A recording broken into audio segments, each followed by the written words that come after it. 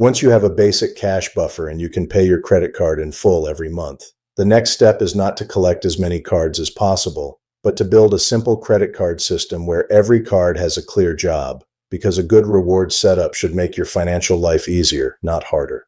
Many people think the best credit card strategy is about finding the single best card, but in real life there is no one perfect card for every person, every category, and every goal. One card might be strong for groceries, another might be better for dining, another might earn flexible travel points, and another might be useful simply because it has no annual fee and helps keep your credit history stable. The real strategy is not asking which card is the best. The better question is, what job do I need this card to do? If a card does not have a job, it becomes clutter. If it has a clear job, it becomes a tool. Start with the foundation card. This is the card you can use without thinking too much. For many people, that means a simple cashback card with a solid flat rate on everyday purchases. It may not look exciting, but it creates a clean base. If you buy something and it does not fit a bonus category, the foundation card catches it.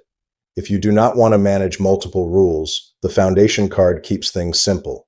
If you are new to credit cards, rebuilding your system, or trying to avoid complexity, this card may be the most important card in your wallet. A foundation card should be easy to understand, easy to redeem, and easy to keep long-term. Ideally, it has no annual fee or a fee that is very easy to justify. The goal is not to impress anyone. The goal is to make sure your normal spending earns something useful without creating stress. After that, you can think about category cards. A category card is a card that earns more in one or two areas where you already spend money. Maybe groceries are a big part of your budget. Maybe dining is where you spend the most. Maybe gas, transit, online shopping, phone bills, or travel are meaningful categories for you. The key phrase is already spend. Do not choose a category card because you wish you spent in that category. Choose it because your real spending proves that category matters. If you spend $800 a month on groceries, a strong grocery card can create real value. If you spend very little on travel, a travel-heavy card might look powerful, but do very little for you. This is why your card setup should follow your life, not someone else's online recommendation. A person who travels twice a month has a different ideal setup from someone who travels once a year. A family with high grocery spending has a different setup from a single person who eats out often. A business owner has a different setup from someone with predictable personal expenses. Rewards are personal because spending is personal. Once you have a foundation card and maybe one category card, then you can decide whether travel points belong in your system. Travel points can be valuable, but they are not automatically better than cash back. Points require planning, flexibility, and a redemption goal. If you enjoy comparing transfer partners, looking for award space, and planning trips ahead of time, points can unlock more value than simple cash back. But if you want rewards that are easy to understand and easy to use, cash back may be the better fit. There is no shame in choosing simplicity. A reward you actually use is better than a theoretical reward you never redeem.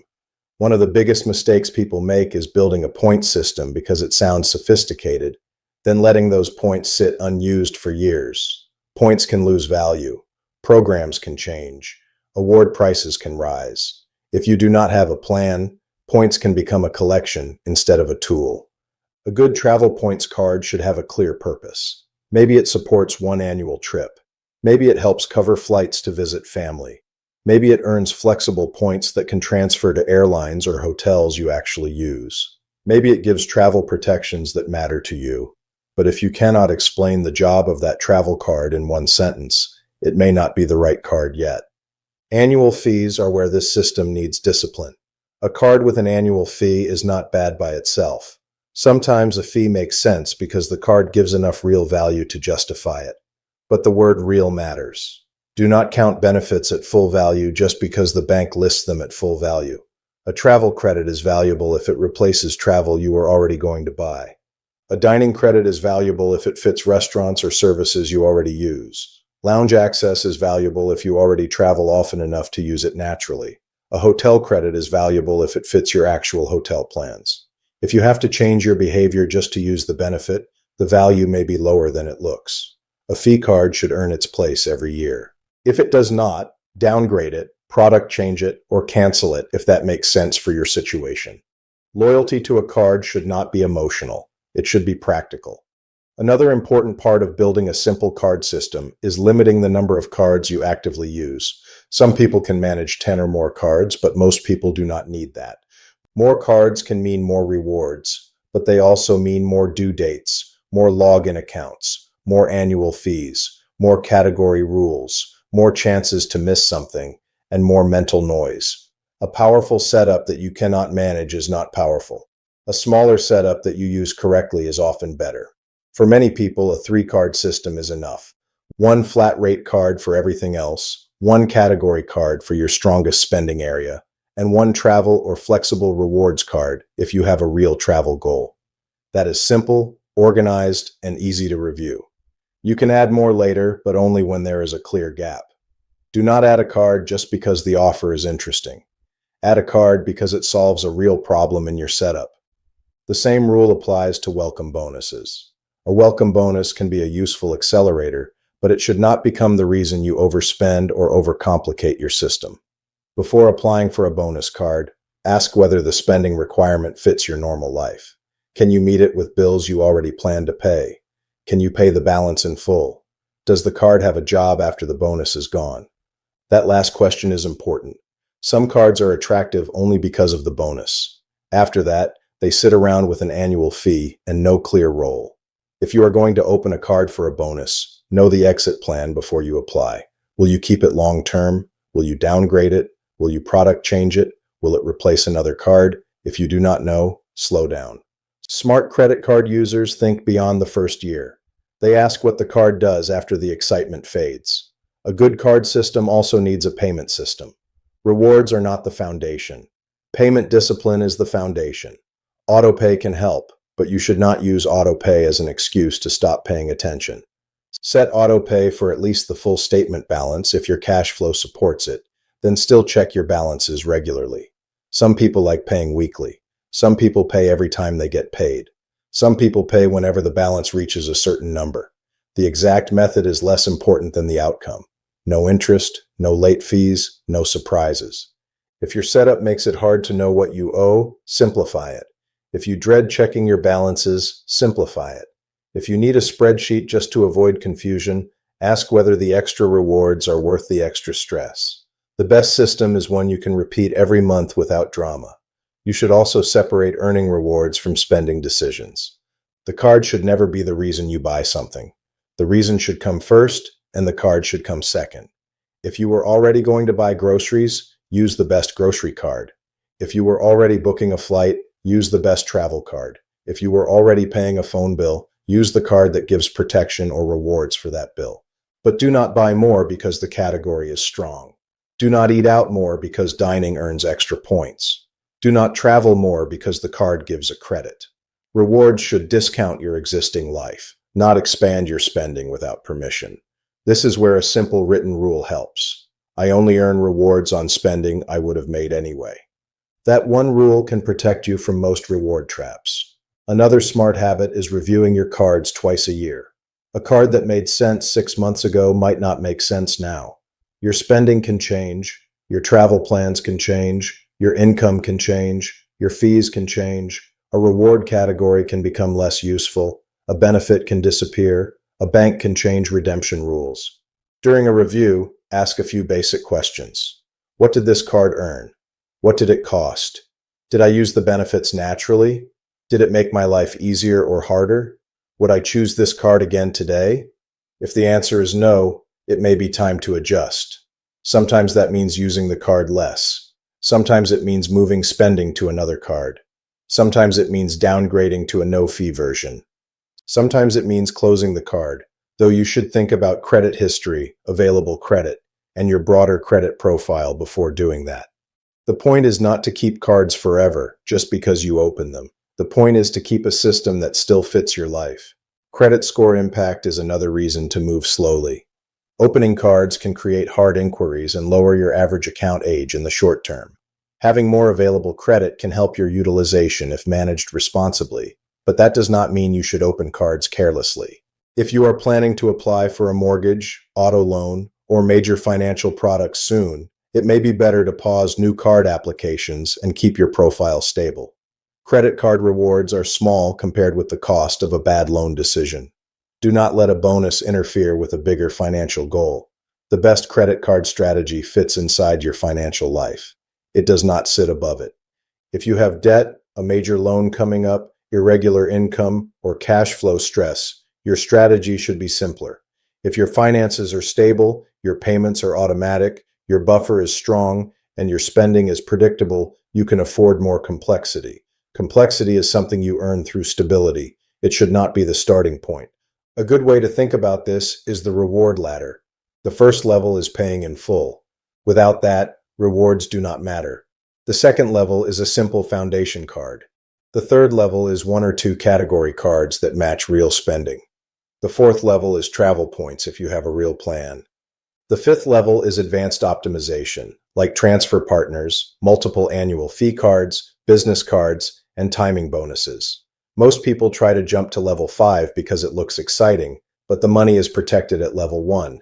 The system becomes usable at level 2. The real value begins at level 3. Travel upside becomes realistic at level 4. Level 5 is optional. You do not need to become an expert to win with credit cards. You need a system that saves money, avoids interest, and supports your goals. There is also a psychological side to this. Some people enjoy optimizing. They like tracking categories, comparing redemptions, and planning award travel. For them, a more complex system can be fun. Other people feel stressed by too many choices. They forget which card to use, miss credits, or feel anxious about balances. For them, simplicity has real value. You should not copy someone else's system if their personality is different from yours.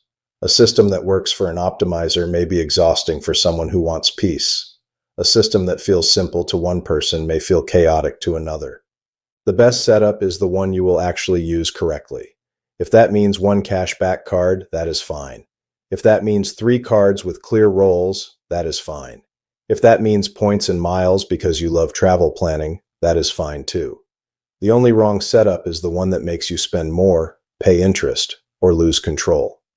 As your system grows, write down each card's job. This sounds simple, but it is powerful. Card 1, everyday spending. Card 2, groceries and dining. Card 3, travel points for planned trips. Card 4, old no-fee card for credit history. When you write it down, weak cards become obvious.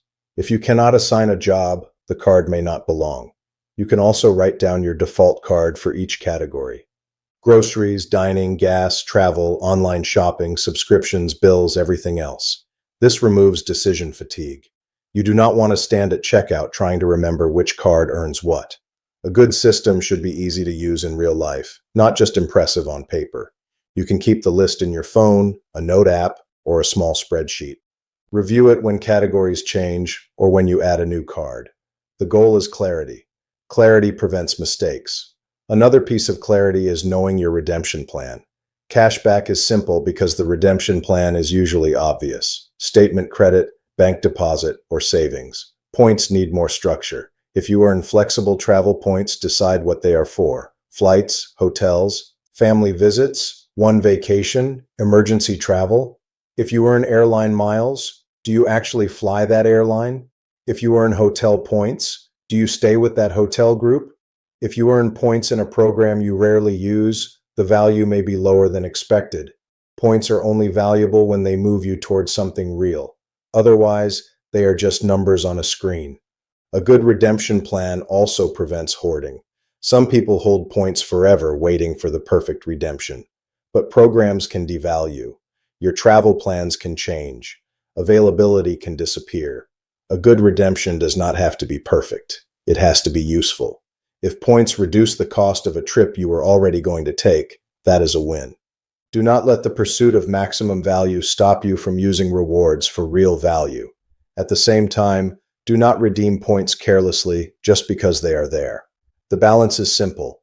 Use points intentionally, but do not worship them. They are tools, not trophies. The same thinking applies to cash back. Cash back can disappear into everyday spending if you do not give it a purpose. If you redeem cash back into your checking account and then spend it without noticing, the reward may not feel meaningful. Consider assigning cash back to a goal. Emergency fund, travel fund, debt payoff, annual fee offset, holiday spending, or investment contribution if that fits your plan. When cash back has a destination, it becomes more motivating. It also reminds you that rewards are supposed to improve your financial life. Even small amounts can matter when they are directed. $20 a month may not sound exciting, but over a year, it becomes $240. If that money reduces a bill or supports a goal, it is real value. Credit card rewards do not need to be dramatic to be useful. They need to be consistent. One common mistake is ignoring boring cards. A no-fee card with a decent flat rate can be more valuable over time than a flashy card you barely use. A card you keep for years can support credit history. A simple card can become the backup when other cards change. A boring card can also protect you from over-optimizing. If you are tired of tracking categories, use the boring card.